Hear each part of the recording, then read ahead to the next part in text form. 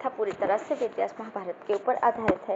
यदि आप इसका निरंतर श्रवण करते रहना चाहते हैं तो इस चैनल को सब्सक्राइब जरूर कर लें और आगे आने वाले सभी पॉडकास्ट के नोटिफिकेशन के लिए बेल आइकन को भी जरूर से प्रेस कर दें। अब हम सुनेंगे कौरव सभा में पांडवों की खोज के विषय में बातचीत तथा विराटनगर पर चढ़ाई करने का निश्चय।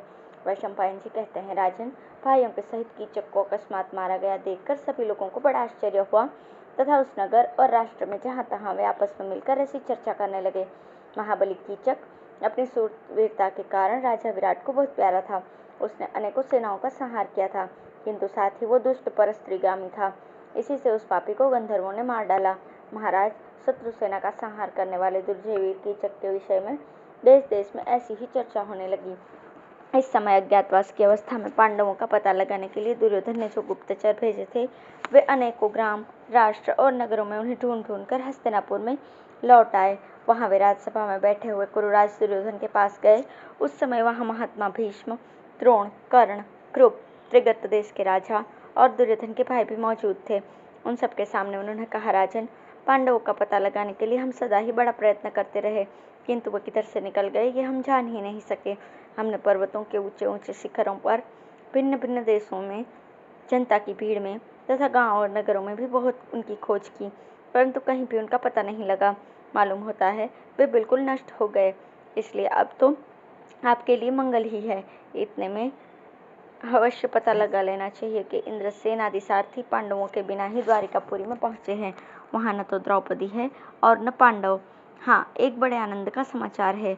वो ये है कि राजा विराट का जो महाबली सेनापति कीचक था, जिसने कि अपने महान पराक्रम से त्रिगर्त देश को दलित कर दिया था, उस पापात्मा को उसके भाइयों सहित रात्रि में गुप्त रूप से गंधर्वों ने मार डाला है। दूतों की ये बात सुनकर दुर्योधन बहुत देर तक विचार करता रहा। उसके बाद उसने सभासदों से कहा, पांडवों के अज्ञातवास के इस 13वें वर्ष में थोड़े ही दिन शेष है। यदि यह समाप्त हो गया तो सत्यवादी पांडव मदमाते हाथी और विषधर सर्पों के समान क्रोधातुर होकर कौरवों के लिए दुखदायी हो जाएंगे। वे सभी समय का हिसाब रखने वाले हैं, इसलिए कहीं दुर्विज्ञेय रूप में छिपे होंगे। इसलिए कोई ऐसा उपाय करना चाहिए कि वे अपने क्रोध को पीकर फिर वन में ही चले जाएं। इसलिए शीघ्र ही उनका पता लगाओ, जिससे कि हमारा ये राज्य सब प्रकार की विघ्न बाधा और विरोधियों से मुक्त होकर चिरकाल तक अक्षुण्ण बना रहे। ये सुनकर कर्ण ने कहा, भरतनंदन, तो शीघ्र ही दूसरे कार्यकुशल जासूस भेजे जाएं। वे गुप्त रूप से धन धान्य पूर्ण और जनाक्यरण देशों में जाएं तथा सुरम्य सभाओं में, सिद्ध महात्माओं के आश्रमों में, राजनगरों में, तीर्थों में और गुफाओं में, वहां के निवासियों में बड़े विनीत शब्दों से युक्तिपूर्वक पूछकर उनका पता लगाएं। दुशासन ने कहा, राजन, जिन दूतों पर आपको विशेष भरोसा हो, वे मार्ग व्यय लेकर फिर पांडवों की खोज करने के लिए जाएं। कर्ण ने जो कुछ कहा वो हमें बहुत ठीक जान पड़ता है। तब तत्वार्थदर्शी पराक्रमी द्रोणाचार्य ने कहा, पांडव लोग सूरवीर, विद्वान, बुद्धिमान, जितेंद्रिय, धर्मज्ञ, कृतज्ञ और अपने ज्येष्ठ भ्राता धर्मराज की आज्ञा में चलने वाले हैं। ऐसे महापुरुष न तो नष्ट होते हैं और न किसी से तिरस्कृत होते हैं। इनमें धर्मराज तो बड़े ही शुद्ध चित्त, गुणवान, सत्यवान, नीतिमान, पवित्रात्मा और तेजस्वी हैं। उन्हें तो आंखों से देख लेने पर भी कोई नहीं पहचान सकेगा।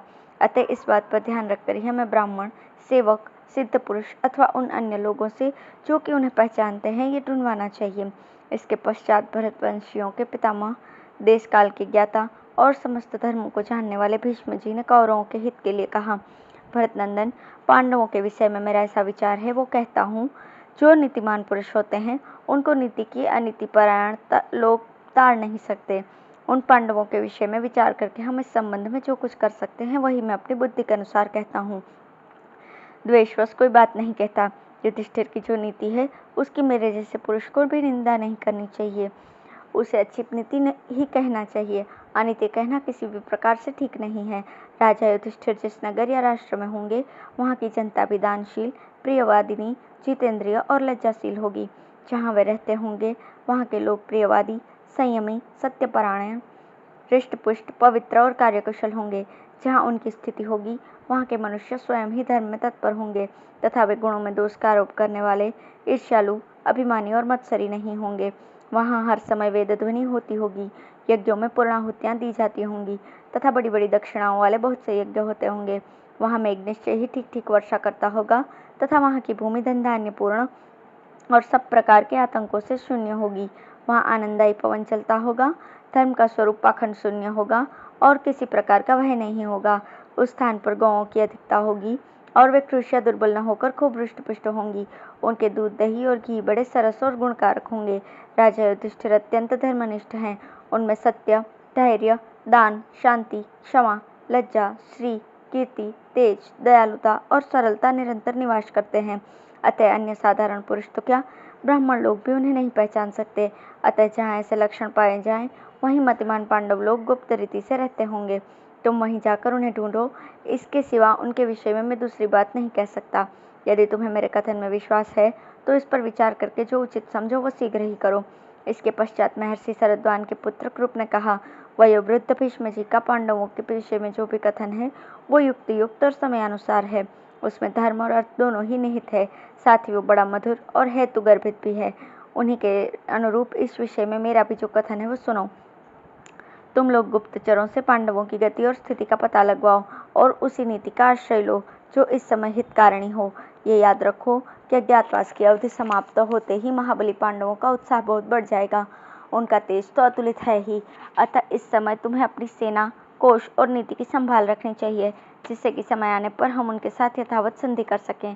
बुद्धि से भी तुम्हें अपनी शक्ति की जांच करते रहनी चाहिए और इस बात का भी पता रहना चाहिए कि तुम्हारे बलवान और निर्बल मित्रों में से निश्चित शक्ति कितनी है। तुम्हें अपनी श्रेष्ठ, निष्कृत और मध्यम कोटि की सेना का रुख करते देखकर ये निश्चय करना चाहिए कि वो हम तुमसे संतुष्ट है या नहीं। उसके अनुसार ही हमें शत्रुओं से संधि या विग्रह करने होंगे। यदि सेना संतुष्ट होगी तो हम शत्रुओं के प्रति अपने धनुष संभालेंगे और यदि वह संतुष्ट होगी तो उनसे संधि कर लेंगे। साम, दाम, भेद, दंड और कर लेना ये नीति है। इससे शत्रु को आक्रमण द्वारा, दुर्बलों को बल से दबाकर, मित्रों को हेलमेल करके और सेना को मिष्ट भाषण और वेतन आदि देकर अपने काबू में कर लेना चाहिए। इस प्रकार यदि तुम अपने कोष और सेना को बढ़ा लोगे तो ठीक ठीक सफलता प्राप्त कर सकोगे।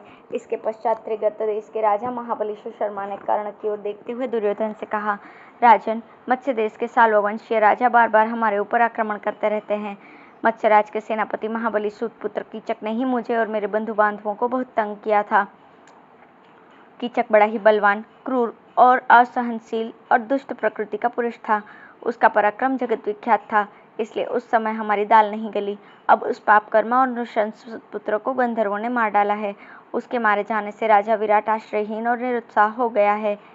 इसलिए यदि आपको, समस्त कौरवों को और महामना कर्ण को ठीक जान पड़े तो मेरा उस देश पर चढ़ाई करने का मन होता है। उस देश को जीतकर जो विविध प्रकार के रत्न, धन, ग्राम और राष्ट्र हाथ लगेंगे उन्हें हम आपस में बांट लेंगे। त्रिगर्तराज की बात सुनकर कर्ण ने राजा दुर्योधन से कहा, राजा सुशर्मा ने बहुत अच्छी बात कही है। ये समय के अनुसार और हमारे बड़े काम की है। अतः हम सेना सजाकर उसे छोटी छोटी टुकड़ियों में बांटकर अथवा जैसी आपकी सलाह हो वैसे ही तुरंत उस देश पर चढ़ाई कर दें। त्रिगर्तराज और कर्ण की बात सुनकर राजा दुर्योधन ने दुशासन को आज्ञा दी, भाई तुम बड़े बूढ़ों से सलाह करके चढ़ाई की तैयारी करो। हम लोग सब कौरवों के सहित एक नाके पर जाएंगे और महारथी सुशर्मा त्रिगर्त देशीय वीर और सारी सेना के सहित दूसरे मोर्चे पर पहले सुशर्मा चढ़ाई करेंगे। उसके एक दिन बाद हमारा कूच होगा। ये ग्वालियों पर आक्रमण करके विराट का गोधन छीन लेंगे। उसके बाद हम भी अपनी सेना को 2 भागों में विभक्त करके राजा विराट की 1 लाख गौएं हर लेंगे। धन्यवाद।